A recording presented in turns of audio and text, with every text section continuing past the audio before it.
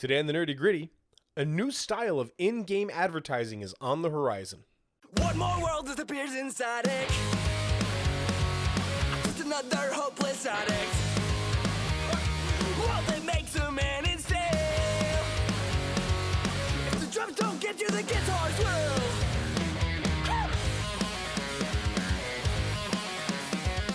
Hello, everybody, and welcome back to the Nerdy Gritty, where we delve deep into the details of pop culture. I'm Fox. I'm Dez, but for $5.99 you can have Fox and Dez. If you call in the next 60 seconds, we're talking about advertising in video games, and the kind of new tactic that they're moving into soon. But let's talk about how it's been done in the past a little bit. With super great, subtle product tie-ins. Of course, some of the most well-known are Final Fantasy 15. You have cup noodles and Coleman tents and stuff like that. I didn't know there were Coleman tents in there, too. There was gosh. Because you camped with your bros when you're out in the wilderness and you're not in a hotel.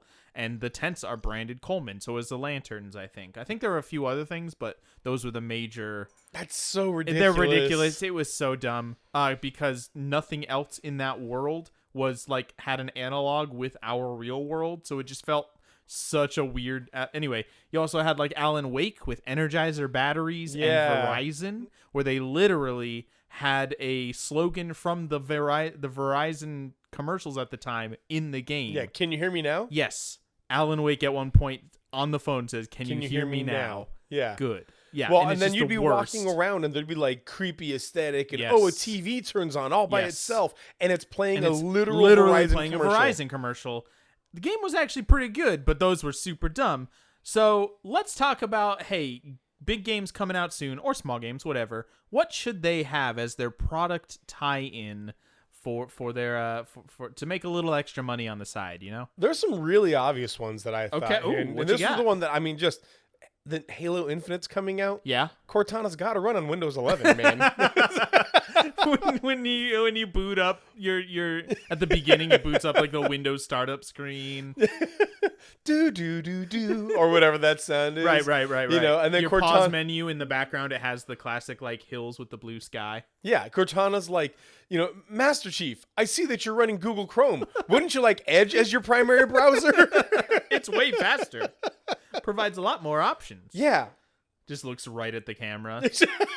Lord of the Rings Gollum is coming out soon. Oh yeah, which that's right. Seems like a very strange choice. I don't know. I'm on that. I love Lord of the Rings, but that's a game that's what is that gonna be? I'm very curious. Yeah, it's gonna be interesting. But really, I think it's just an opportunity for jewelers, K jewelers. Oh, there you go. Get our cool new rings.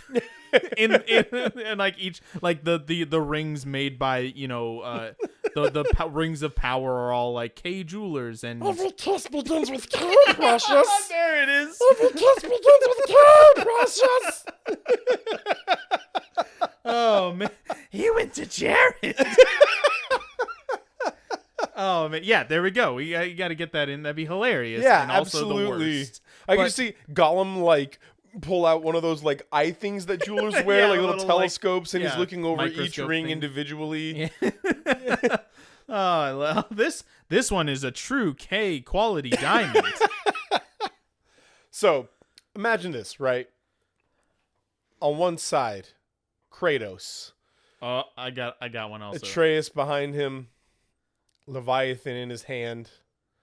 On the other side, Thor pulls Mjolnir from his belt. Electricity begins staticking, but then it just stops. Okay. And he looks at the camera and he unscrews the bottom and he says, I use Energizer D batteries to power my electric hammer. only the best batteries for my Mjolnir. When I need shockingly good power, I use Energizer. I kill gods of war with only the best batteries. As you're just slamming it against Kratos' head. Right. For God of War, for me, I'm thinking this is Norse mythology. This is Nordic, the Scandinavian region. IKEA furniture. Let's get IKEA for, you go back to your hut and your table is a Smorgasburg. I don't know if that's a brand, but it probably is. Yeah, and there's a whole section. There's a crafting section in the game where it's making cool furniture for your friends. I found out recently, so you just made me think of one off the top of my head of here are some options we can do. Baldur's Gate. Okay, the new D&D game. Yeah. Could just pair, and this would be a subtle one, right? You don't even know because all the characters you meet are like Kivik, the sorcerer, Klippen, the bard. Yeah, that guy. Kallax, Glostad. Oh, by the way, these are all names of IKEA products. There you go. I was at IKEA recently furnishing my brand new house, walking around, and I'm like, why does anybody ever struggle with naming their fantasy character? Would you use it? All the names are here right now. You use an internet, you use a generator? Nah, I just took a trip to IKEA. Got my whole cast, got all my NPCs. Listen, Ektorp, Freehiton, Harlanda, Upland. I think I have an Ektorp at home. Brathult, Morabo. Yeah, this is great. These are all IKEA products. That would be the perfect integration right there. Yeah, there's just a little link at the bottom of like in your like codex of like character information, and there's just a little link that's just like learn more about this character, Kallax, the evil wizard Kallax, and it learn takes more you about to our an shelves. IKEA product page. Oh, that'd be wonderful. Yes. My last one is for what is it? It's called the Masquerade or Vampire the Masquerade. Bloodlines 2 is coming out. They're vampires. They got to be at night. They don't like the sun. You got to get some banana boat in there, some sunscreen. Oh, there you go. Get our what is it? The FPS? Not FPS. The 50 SPF. SPF. SPF. I had it backwards. SPF 4000 for your sunscreen for your vampires so they can go out in the middle of the day. See, copper tone. Let's get some copper tone in there. There you go. I was gonna say I want to see a vampire like with his pants being pulled down by a dog and his little butt's showing a little bit. And then the next thing, it's a bunch of vampires destroying that dog. Yes, just eating the dog, causing this embarrassment. Right. Of their master. Well, let's start with you. Okay. You went to Disney this week. I went to Disneyland. You went to the land of Disney. And it's incredible, always. Tell us about some highlights of your trip, because there's been a lot of changes the last couple of years. First and foremost, I just want to say I love this place. It's my happy place. Disneyland is literally the happiest place on earth for you. It really is. Like, I've been there literally hundreds of times. Because I used to live in Southern California. You lived in Southern California, went all the time, yeah. And I still envy every moment I have there. Love every moment I have there. It's glorious. It's spectacular. The view from Norland Square at night with all the lights on, looking over the water, is just you can't beat it. They do a great job of design. I've come to appreciate that, like how a park is designed and sight lines and all that. Immersion is impressive. A huge part of it. To make you think you're not just in Southern California. So one thing that I think they've done a really good job with is swapping out a lot of their old IPs that just weren't making money and tossing in a lot of new things. Like they have Avengers Campus at California Adventure now. Right. It used to be like Bugs, a Bug's Life. Stuff. Which was popular at a point. At a point, yes. And then like a lot of other just kind of random things. They were really, really leaning in on the California side of it. Sure. There was supposed to be like a San Francisco area and a Hollywood area. Yes. California Adventure was a California theme park. Right. And they're cutting out a lot of that now, other than there's still a winery there that represents Napa, and there's still the pier, which is Paradise Pier, which do you still have Soarin' Over California? Soarin' Over the World now. Oh, interesting. Soarin' Around I always the like World. Soarin' Over California. So. Yeah. And all this to say, Avengers Campus is rad. Okay. They got all the characters there. They have like a lot of Avengers merch. They have a Quinjet way up top, things like that. Went on Web Slingers now. What's something that Disneyland has done is gamify a lot of their rides. Yeah. And so there's a ride called Web Slingers where Peter Parker is helping design like these little spider robots. But then they all just go crazy and they start self-replicating. Sure. And so he helps give you web slingers, and now you need to go and help take out all the robots. Yeah. And so you're sitting in like this box that moves on a track, and when you move your hands past a certain point, it just shoots a web at a screen. Oh, very cool. Like a wall-sized screen, probably like I would say like a 10 by 15 TV area, like screen area. And it shoots a web. And so I was just doing finger guns the whole time at it. And there's points, there's red barrels that explode, Of course. and It's you know, video games. multipliers. Like, it was super duper fun, really great. I saw, of course, a few movies, including. It's time to talk about it. Fast 9. Fast. Oh, and it's actually no. called F9. F9. F9, the Fast Saga. 5 Nights at 9. It's Fast and Furious 9. It was, as you would imagine, just as ridiculous as like they have been for a while, and taking it up a notch. I'll say it was just as enjoyable The as the other ones. The ridiculous creep of these movies. Yeah, this one they literally, Ludacris and Tyrese Gibson, Tej and Roman in the movies. They literally go to space. It has a 58 Metascore, and I'm surprised it's that high. Yeah, no, that makes sense to me. It's like it's just, hey, we know what we're making here. We know exactly what this movie is.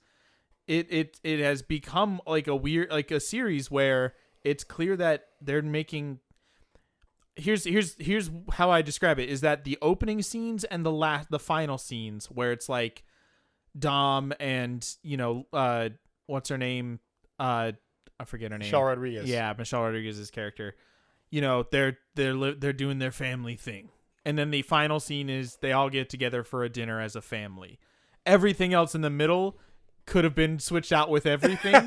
Like, it's just like they begin and end the same exact way, and the middle is just action stuff, and it just becomes like a Mission Impossible where it's like, okay, it's gonna be some big spy thriller, sure. What's the cool set pieces they're gonna throw in here? And this one was literally like, these cars have giant magnets on them, and so they use those to do car combat. And it's kind of fun and inventive. You've never seen it before, and they use it in actually clever ways. And there are moments when they literally use magnets to throw cars at people. And it's just the dumbest, best thing ever. Except for, like, the only major metallic part of a car these days is the engine. Look. They're made out of fiberglass Look. now. Look, don't worry about it. I watched The Forever Purge also. It was right in the line of, like, the Purge is a dumb but interesting concept of, Right. like, people need to get out their aggression, their chaotic To me, it was side. like Saw. Like, okay, this is sort of for the spectacle, but also it's an interesting But I concept. understand the concept behind it. It just doesn't get the funding or the writing that it needs to Right. truly be really interesting. It could be a cool, like, kind of a sci-fi-ish kind of thing. And this one, I think, was not good, but it also, like, it was a bold movie in the sense that it was blatantly about white supremacists hunting down immigrants even interesting. after the purge ends, descending into chaos, lawlessness. Interesting. Because they have decided that this is what America needs. It was not symbolic. It was not metaphorical. It was literally about a bunch of white supremacists hunting down Mexican immigrants to kill them, to purify the United States. Which I was like, wow, this is bold. Man. And I think it only was able to do that because the Purge movies are not considered good. They're not given any kind of, like, Right. elevated, like, Yeah. oh, this is good and says something. And so it just was able to get by with doing something as specific and bold as that. On that note, am I allowed to talk about Luca, or do you want to go into it fresh? No, you can talk about it. Okay. Nah, you're fine. Uh, I know it's about a mermaid boy. I watched Luca, and it might be my least favorite Disney Pixar movie ever. Really? Yeah. Why is that? It was, let me be clear. Disney Pixar makes good films. Yeah, they're Always. at least good and, Yeah. and sometimes great. And this was a good film. Okay. To me, it was just a really, really basic, predictable, simple plot. Okay. It was, to me, it was any other dime a dozen kids movie. And let me be clear, beautifully animated, fantastically directed. It's so much of it was just top notch because of its production value. Okay. It was made by Disney Pixar, and you can see Sure, that. sure. But the actual story itself was really canned, I feel like. Huh. Like, just sort of very basic and simple. I played a bunch of Everybody's Golf lately. Yeah. I for some reason I just got a hankering. Like, there were a lot of. I had looked up like reviews and recommendations and stuff, and I was like, maybe I'd find that fun. It's fairly cheap. I really enjoy it. And it's a golf game. Like, it has a few quirks to it. There, at one point, there's a fishing mini game in this golf game. Because But all games have to have a fishing. well, yeah, mini. it feels like it's the easiest side game, like mini game, to put in anything. But I'm playing a lot of Everybody's Golf, and what's fun about it is that it does have like RPG elements to it. You level up your clubs so that they have better accuracy, better power. That's cool. Which is not just like, cool, now I can hit it farther, but it's like, okay, gives me different options for different courses and stuff.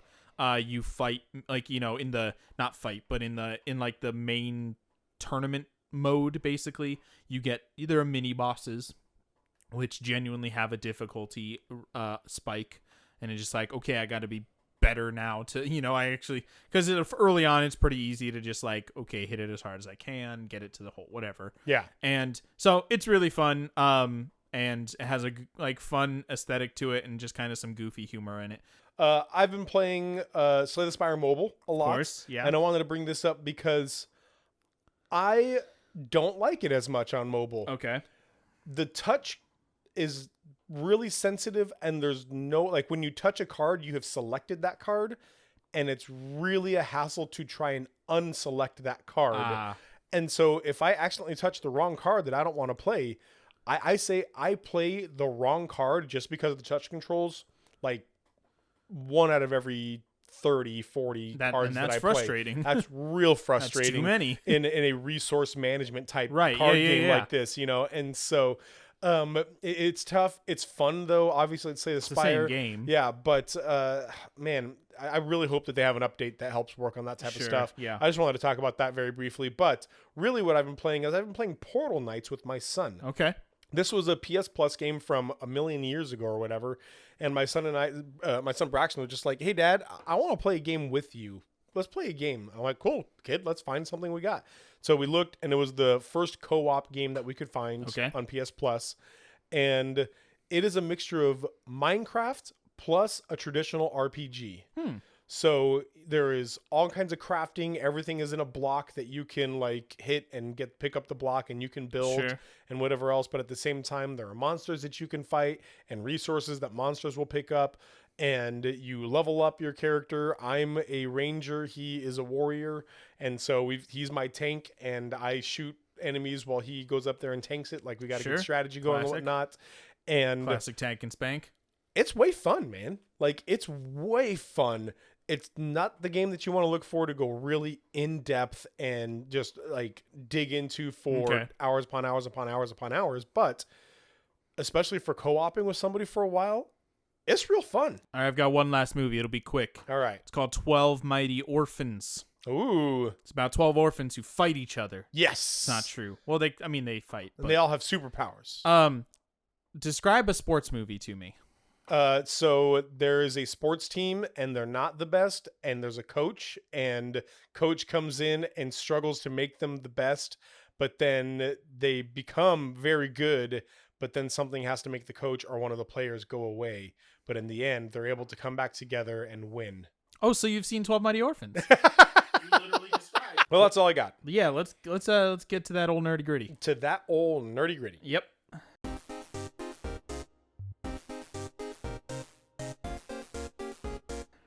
Hey, before we do that, we just want to let you guys know that if you're hearing this, you're listening to an edited version of the Nerdy Gritty. This means that we have taken stuff before this message and cut it down to a little bit more palatable time length for the casual listener. But if you're somebody who loves to hear us ramble on, hear me go on about Disneyland for 10 minutes or whatever else, or just chat about all kinds of stuff that's going on, if you're a Des and Fox super fan, we encourage you to head over to patreon.com/DesandFox and become one of our patrons. At the second tier or higher, you get access to the director's cut of the Nerdy Gritty. It's an unedited version, which will have sometimes, I mean, what, the 2 weeks ago podcast, probably like an hour? There's an extra 45 minutes on there. Extra 45 minutes of content, usually at least another 20 minutes to half an hour of content that you can listen to. It's a lot of fun. To be clear, the actual Nerdy Gritty, our topic of the podcast, is never edited. That is always in its completion. But if you just like hearing us banter, please, we really appreciate your support. Patreon.com/DestinFox. If that's something that you can do, if you're not able to support us financially, we appreciate it when you spread via word of mouth. Let your friends know that you listen to the Nerdy Gritty. Post it on social media. Scream it outside. Just open go your and windows. yell it into the ether. Wait till about like 10 p.m. when people aren't quite asleep yet, but they're getting there. They're home. Yeah, and then you just shout as loud as you can. Get a megaphone and say, "Hey, you should all listen to the Nerdy Wake Gritty." up their kids. Yeah, Good stuff. Good call. So yeah, please let people know. Either way, thank you all for listening. But let's actually get down to the Nerdy Gritty. Advertising in video games has existed basically as long as video games Absolutely, yes. have existed. I didn't know about this, but upon researching this topic that we're talking about, apparently there were like billboards for actual products in Atari pole position in '82.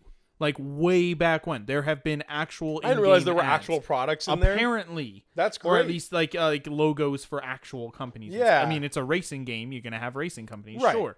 I remember there being billboards in Sure. pole position. I didn't know that they were actual products, though. So, advertising in video games has existed forever. But what seems to be happening here in the next few years, and already has been in kind of beta, it seems, for about a year, is a new form, a new level, a new step in what advertising in video games looks like. And that is actual TV style, like 15, 30 seconds ads that you watch during moments of the game when you're not actually playing it. Mm-hmm. When it, loading screens or just like you go back to the lobby of your online game, and before you move on, you watch this ad before the next game starts or match or whatever. That seems to be where things are going, largely because of a new platform called Player One. That is Player WON. Which is essentially a system that can be integrated into a game that will allow players to choose to watch ads in order to receive bonuses in the game. Right. There's more detail to it that, and we'll get to that. But this is kind of what we want to talk about today is this a problem? Is there, I mean, you can say, I don't want no ads in my game, sure, but they've existed forever. Is Right. it just this new style that we don't want? Is it fine? I don't know if we're really here to debate, but I kind of am going to land on the side of, what's the big deal? Oh my gosh, me too. Yeah. Oh, really? Yeah. Really? Dang. Okay. Interesting. So we'll talk more about this. But let me get into some of the details. I have a press release from a person that was, let's see. This is from WebWire. Basically, this is a press release written from somebody who was in charge of or a marketing person for this new platform. It's from Simul Media. It's a company creating this platform called Player One. Here's what they specifically say about it, like a kind of an elevator pitch. All right. We call our offering Player One. It's the first opt-in only, player-controlled, full-screen, in-game advertising experience to reach and reward free-to-play PC and console gamers. What essentially that means is that players will have the opportunity to say, yes, I want to watch this ad right now, and when you complete watching that, you get some sort of in-game reward for doing so. Now, if that sounds familiar to you, that makes sense. It's a pretty big staple of the mobile gaming industry. Absolutely, yes. Yeah, plenty of matched 3 game, anything that's free to play, you'll get forced ads, but you'll also have the opportunity to, hey, watch this ad and get 5 gems, There's that two kind of thing. very simple Yeah. mobile games that I play all the time. Sure. One's like a brick breaker game, Right. and the other one's a water match puzzle game. One of those. And either way, I will say that I almost every single time I play them will choose to watch at least one ad. And when I say choose to watch, I mean choose to hit that button and do something else for 30 seconds. Yeah. And then go back Put to the my phone down. Yeah. Go get a drink, come back, and keep playing with your bonus 50 gold or Right. whatever you just got. So this isn't something that's entirely new to the gaming ethos. It will be pretty new for console and PC platforms. Right. Though. And so they specifically say you're not going to ever see one if you choose not to. They say specifically that the rewards you will get will not actually make you. It's not a like I'm better at the game now or an unfair boost. I would imagine it's just maybe in-game currency that, well, I don't know, that could be contributing toward an unfair advantage, but maybe it's, something cosmetic or I don't know, whatever it might be. They do specifically say that it's not something, it's just, their personal experience without giving them an unfair gaming advantage over players who opted not to watch the ads. They specifically say that. So let's just like right here, well, there's more stuff to more details to get into, but let's talk about like just kind of how does that hit us? How do you feel about that? So I think about a lot, and to me, it really lands on the slippery slope argument. Sure. If you guys don't know about this, it's what's called a logical fallacy, and meaning that it's something that people try to use as an argument, but it doesn't actually work. And it's saying, we're talking about A, and somebody says, well, if A is going to happen, what about Q? Yeah. Q could be a really big problem. And it's a logical fallacy because we're not arguing Q. Yeah, we're arguing A. Yeah. If we get to what's before Q? P. If we get to O or P, I literally had to do the alphabet in my head there. If we get to O or P, then we can start arguing Q. Sure. When advertising started in video games with, like we talked about Alan Wake, the Energizer stuff, or very with, simple in-game product with placement. Final Fantasy 15, this came up. Like, how far does this go? And we could have said it's a logical fallacy. We're not going to argue it until it gets to that point. This, to me, is the OP before we get to Q when it's an issue. This is the point where we're on a precipice. And I really do think we're on this precipice of this is not a problem. I think that this, as it is something that if people choose to do it, great. But we're one step away of it being, so they say advertising that will not give an unfair advantage to players. What if it is 50 V-Bucks or 5 V-Bucks or 1 V-Buck or whatever it is for that stuff? That's not a direct advantage. But if they accumulate enough, then they can use that money to purchase. Right, 100%. Then they can gain an unfair advantage. It's not a direct unfair advantage, but it is an indirect unfair advantage. And so we're just on this point right now where we really need to start having this conversation of how far do we want to take this. When it was Energizer and Alan Wake, whatever. That's stupid. It's immersion breaking. Don't do it. It's not dumb, that great, but whatever. It's part of the game. Yeah. This is the point when we have to start looking at how is this going to impact the game itself. Sure. The moment-to-moment gameplay. Right. I think that's going to be an important distinction of they say, like, when are these ads being shown? Right now, it's apparently going to be focusing on games that are, you play a match, and, like, let's use Fortnite as an example. Smite is a card game, I think. Sure. I don't know. Smite is a very popular online game that I've had a friend who's actually trying to get me to play it, but I never have. But he's lying because he says he has a friend. Oh, you got me good on that one. No, apparently the model right now is only in between matches. Right. While you're playing the game, you're not going to see an ad, which makes a lot of sense. If Overwatch started showing it just shows up on the screen, that's going to ruin the game. Right. Nobody's going to play your game. So obviously that's not going to happen unless they pause the match for everybody and show an ad for everybody. So everybody gets screwed over a little bit, but also that's not going to happen. My fear is with like games as a service, there might be opportunities where they say, this isn't really affecting the in-game play. And what I'm thinking of a lot right now is Outriders. I don't know why this game is coming, but I played the demo for Outriders a bunch. And it was fun. People liked it. I liked the concept of it. But my fear is that games like that will start to do this where it's like, want to do this side quest? Watch this ad real quick.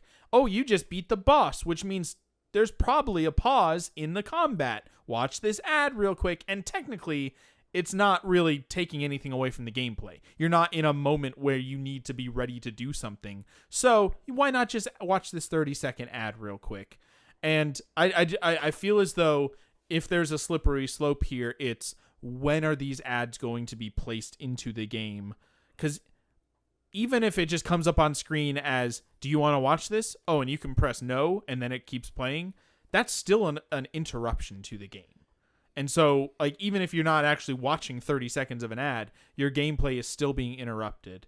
Mm-hmm. And so I don't know. I think that's the real issue is when do they get to decide? When are they deciding? Oh, that's fine if it's here. Other times bad, but actually, how about here?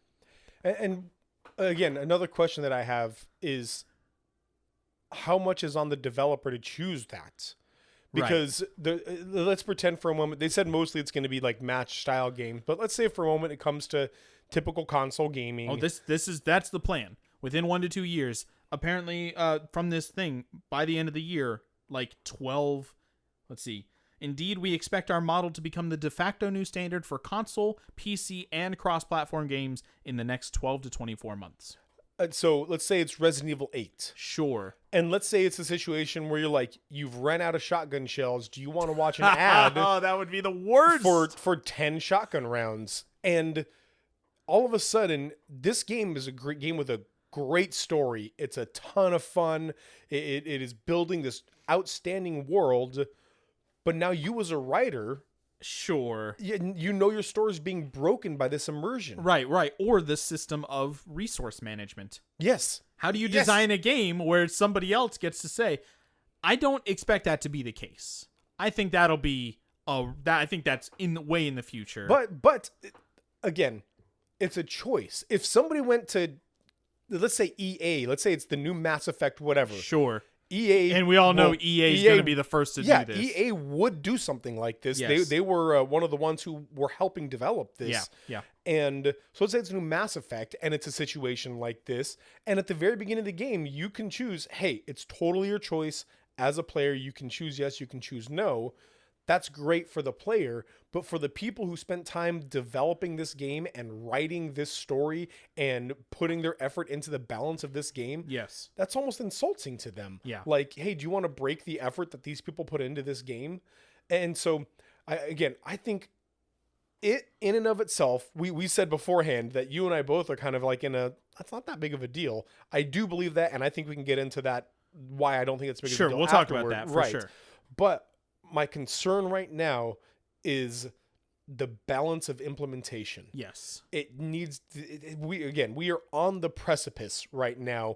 we are I really think it's one step away from being problematic. What's funny is you could say that about literally any step in the advertising like descent, where it's just like, okay, we are on the when you see an ad or you see that like Alan Wake has Energizer commercials, you're like, we are on the precipice. But I wouldn't have said that. That's what I'm saying. Alan Wake, it was again back to the alphabet. That metaphor. was immersion breaking, like you're saying, though. Yes, but not to the extent that it's also breaking the gameplay of it. Again, Sure. Resident Evil 8. The game is continuing to go. This is an inherent part of the game. Right. If you just become used to it and ignore it, if it's just part of the game, it's not this thing that pops up and says, hey.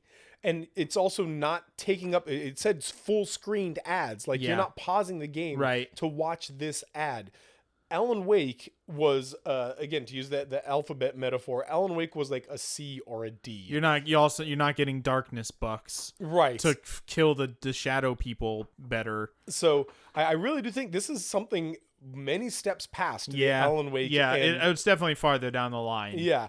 But if it's, hey, in Fortnite, you can get sunglasses or you can get a different type of currency, which it's one thing I hate about mobile games is the amount of different types of currency for each game. There's a whole discussion about how many different types of currency can you have before your players will get angry. Right. That's a huge reason why I stopped playing Magic. There's a Magic Puzzle Quest. Yeah.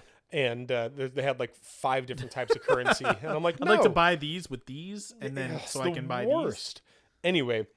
But if they do say, like, you can only earn this other currency and this other currency can only be spent on cosmetic stuff, that's fine. Sure. Do that all you want, man. That's kind of cool, actually. Right. I like that. And fine. Yes. Getting into what's the big deal side of it, if it stays within, hey, you just finished a match of Fortnite, watch this 30-second ad, you'll get sunglasses bucks. You'll get a gift certificate for lids, but in the game. Yeah. Sure. who cares? Yeah. You're not playing the game. You just finished it. You probably just be sitting there for 30 seconds anyway. And also, if this is taking place while they're doing the match finding, then you're literally not doing anything, and the game is still running, doing its thing. Yeah. It's just, I mean, there's a part of me that's just like, this is just corporate advertising. I don't want it in here. Like, it's breaking the art of the game. Even Fortnite is a piece of art. And this is something that's invading it as a corporate, give us more money kind of thing, even though that is Fortnite.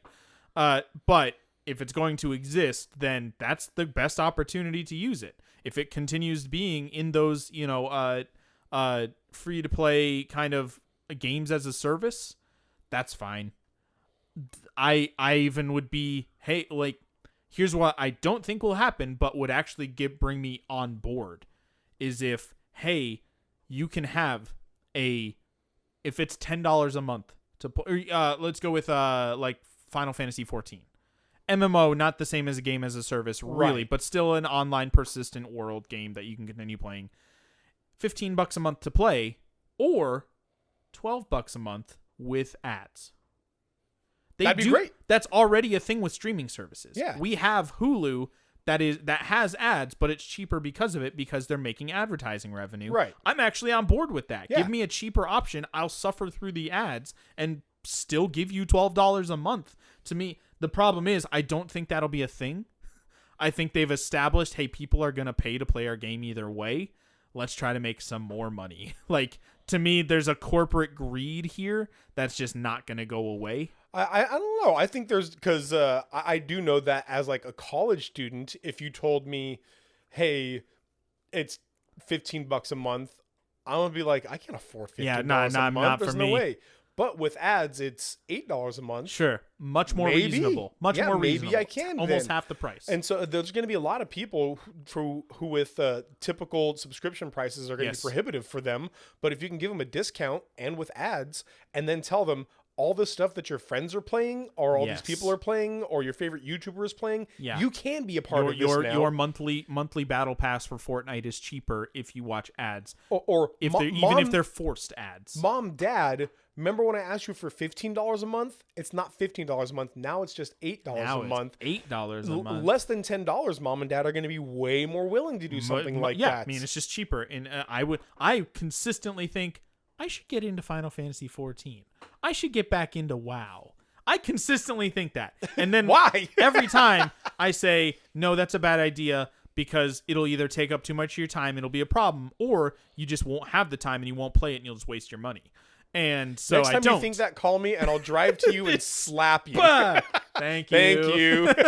It's like 4 a.m. Just, I get back into hey, bed. Des. Yeah, I'll be there in a sec. I get back into bed. Faith just thinking about WoW again. Yeah. I'll call Des. I'll call Des. Oh man, no, but a cheaper subscription service would definitely get me thinking. Okay, that's a little more Yeah, reasonable. that's a good idea. I'll watch ads after each quest is over, or whatever. Well, 30-second ad after I finish this quest. The reason why I actually like this so much is because I think it can help circumvent some of the predatory parts of it, where instead of kids begging their mom and dad for money to spend in game, this is a way for the kids to earn their own in-game currency. Huh. You know, they want those skins. They want their favorite YouTubers merch, which came out on Fortnite now. They want to be able to get the Sure. Batman skin or whatever I else. want the marshmallow head. Right. And so instead of them pumping their allowance into it or whatever money they're making into all this stuff with predatory tactics, which happens, it's terrible. Sure. The amount of predatory... Fortnite is bad. The amount that... I don't care about the game. Yeah. Their tactics are immoral. the amount that they prey on the young Yes. for their money. But now, if there's a way for kids to earn their own currency in game without having to worry about spending real life money, I think that's a really yeah, that good you know what, thing. that I didn't think about that. That makes sense to me. Like, give them the opportunity to. Yeah, sure, it's going to be a detriment. Maybe the thing is, let's get back another thing from this. Let's see. Let me find the exact paragraph. We didn't design this because we love games. That has nothing to do with it. This is a press release from the person who made this. It's obviously Right. on their side. We didn't do this because we love games. We did it because we hate them, and we want you to We suffer want to while make them you worse play. and then make more money. No, we conducted extensive surveys of players of the most popular F2P games free to play and found an overwhelming desire, 77% by gamers, to have an option to earn free in-game content in exchange for watching 15 or 30-second ads. Now, I don't know their sample, I don't know their tactics there, but taking it at face value, if the people want it, like, we're going to get back, of course, at the end of this, like we always do, and say, if you want to spend your money how you want. Use it to vote. You vote with your wallet here. Absolutely. If you don't want to, if they implement ads in your favorite game and you don't like it, don't watch them. Yeah. You know, that's not. I understand that's not the most satisfying thing to just say, well, don't do it if you don't like it. Yeah. Because it will still affect the game you love.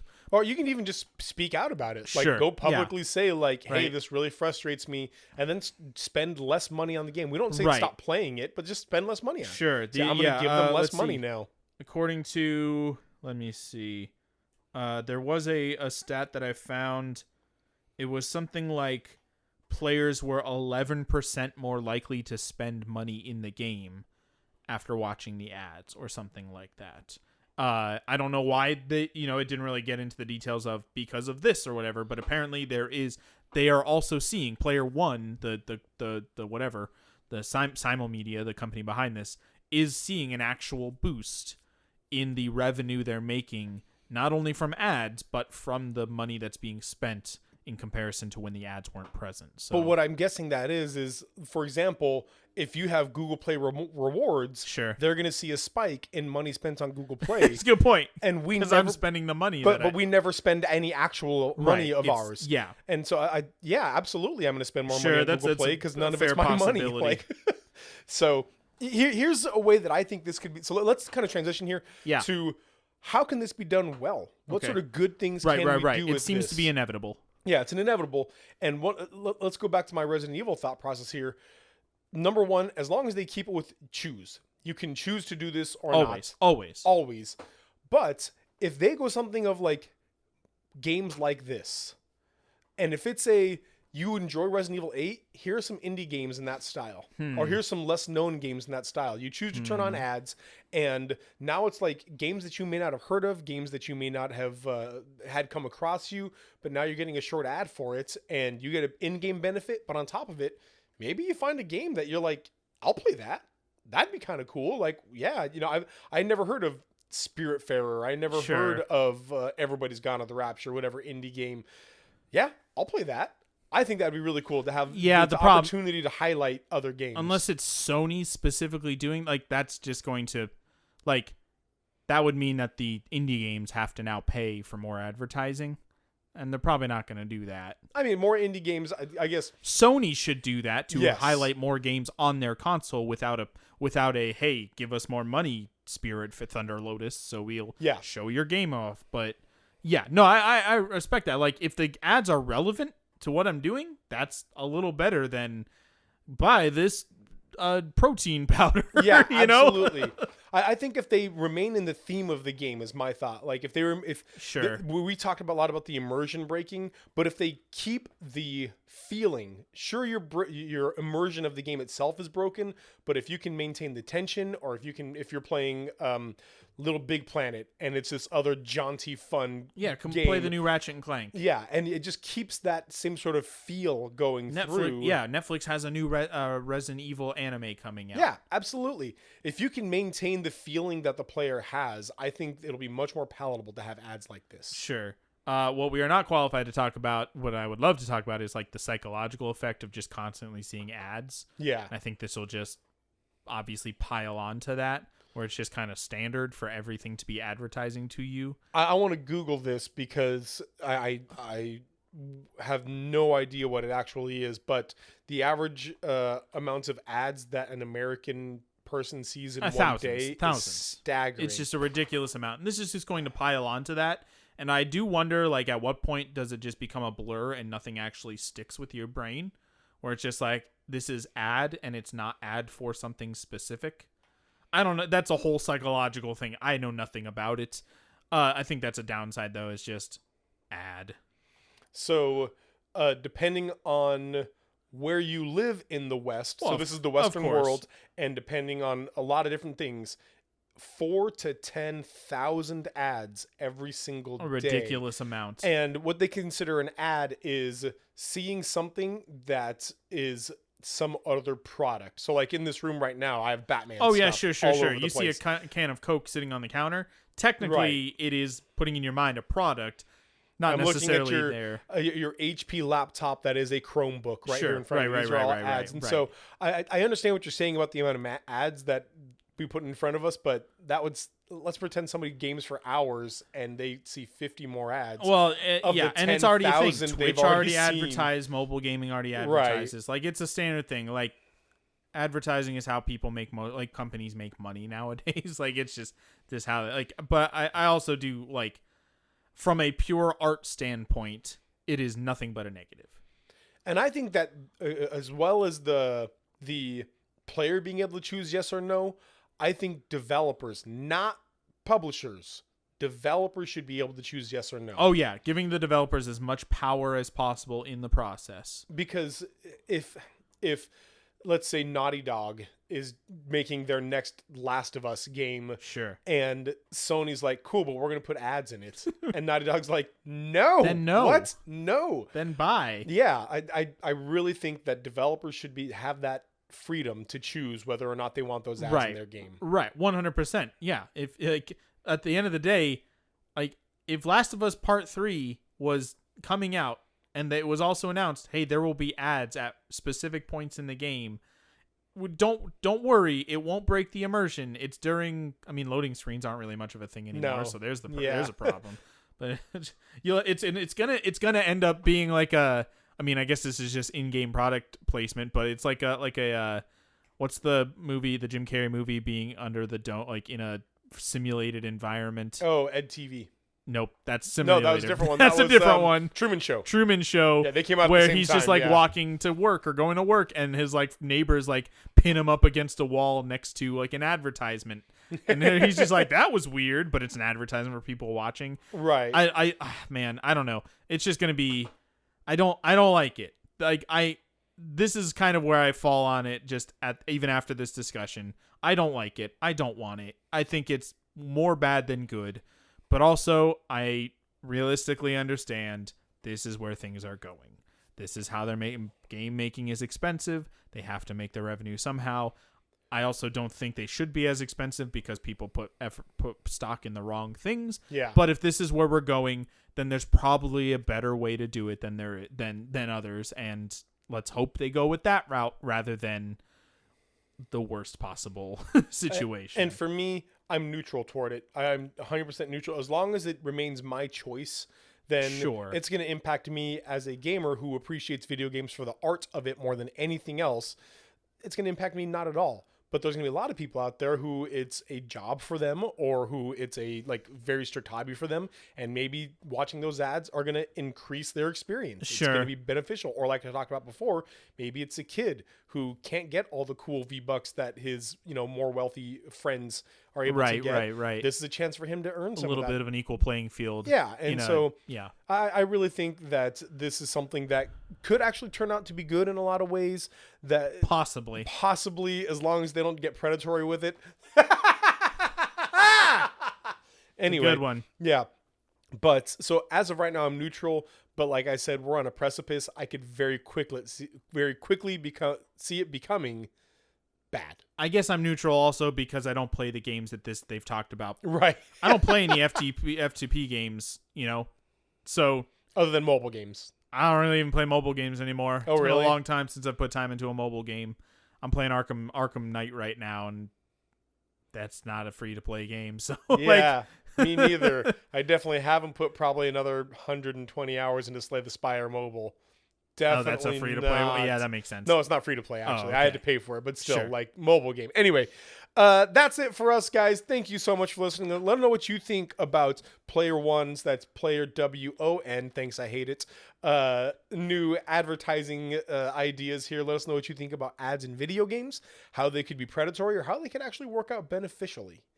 Want to say a big thank you to Granger for the use of our theme song, All My Friends Have Wi-Fi, and so do some of my neighbors, off of the album Dear Sam. They are a very cool band with very cool people. I also want to say thank you to a couple of their members, one of their members. Yeah, Luke, who joined us for a charity stream. Yeah, it was a lot of fun. A long ago, and we ended up raising a total of $5,000. Yeah, it was a good fun time, and also pretty good fundraiser. Yeah, for a young man who needed a heart transplant. Yeah, and great. We were able to help take care of that. It was awesome. It really was. Yeah.